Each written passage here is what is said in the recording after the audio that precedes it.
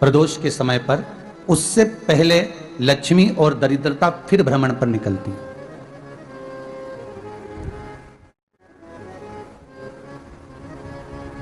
शिव भ्रमण कर कर जब वापिस आ जाते हैं, हिंदू धर्म में पीपल के वृक्ष की जो गणना बराह पुराण में करी गई है, 4 बजे से 7 बजे तक शिव के भ्रमण का समय बताया है शाम को। तो 7 बजे से लेकर फिर रात्रि 9 बजे तक लक्ष्मी और दरिद्रता फिर भ्रमण पर जाती है। इनका एक समय निश्चित है महाराज, भ्रमण कर कर आ जाना। अब इस बीच में जब लक्ष्मी और दरिद्रता दोनों निकल कर जा रही हैं, तो दोनों एक भाव रख कर जाती हैं कि आज हमको कहां प्रवेश करना है, आज हमें किस जगह पर प्रवेश करना है, आज हमें कहां पहुंचना है, आज हमें किस जगह जाना है। और जिस नगर में जिस मार्ग से लक्ष्मी और दरिद्रता निकल कर जाती हैं, ये दोनों का जब निकलना होता है, इनको स्थान दिया गया जहां पर स्वच्छता हो, घर के दरवाजे पर रंगोली डली हुई हो, द्वार पर जल छिटा गया हो। महाराज, उस द्वार पर लक्ष्मी प्रवेश करती है तो दरिद्रता भी जाने लगती है अंदर। जब दरिद्रता अंदर जाने लगती है तो लक्ष्मी उसको रोक देती है, पहले मैं देखकर आती हूं कि तेरे लिए स्थान है कि नहीं है, तू यहां रुक।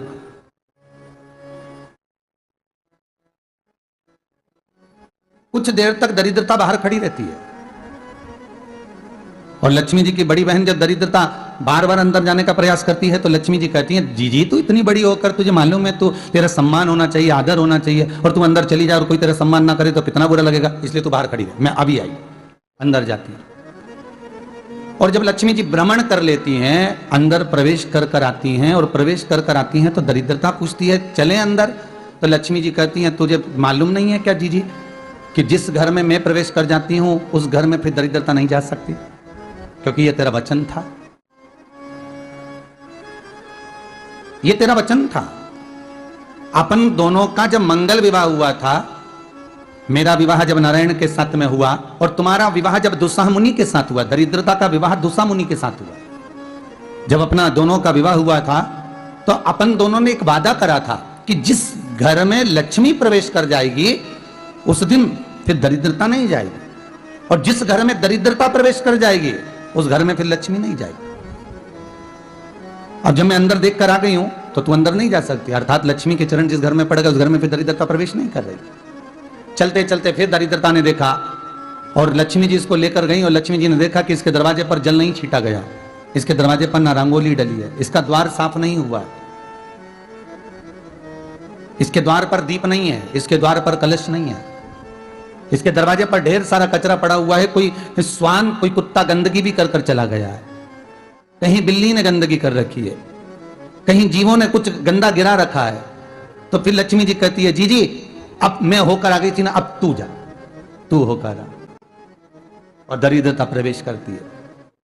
तो अंदर जाकर क्या देखती है दरिद्रता कि इतनी सवेरे से मैं घूमने इनके दरवाजे पर आई और ये तो सब चादर तान के चकाचक गुर्राटा भर भर कर सो रहे हैं। तो दरिद्रता कह देती है, तुम्हारा भाग्य ही बेकार है, तुम्हें क्या करूं, तुम ऐसे ही सोते रहो। और दरिद्रता गुस्से में बाहर निकल कर आती है, लक्ष्मी से कहती है, लक्ष्मी तू इसके घर में जाना ही मत ही। तो दरिद्रता को कहती है, जीजी तेरी बात नहीं मानूंगी क्या मैं?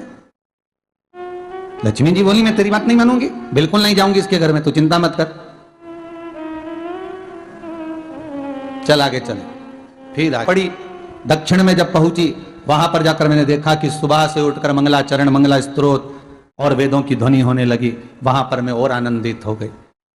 हमें कुछ चीजें महाराष्ट्र से सीखना चाहिए कि वहां रहने वाले जो भगत हैं, वारकरी संप्रदाय के जो भक्त होते हैं, वैष्णव जो धर्म के भक्त होते हैं, उनका नियम है सवेरे के समय घर में पानी है कि नहीं है, पर जब भी वो घर का दरवाजे के बाहर थोड़ा ना थोड़ा पानी तो छींट ही देते हैं।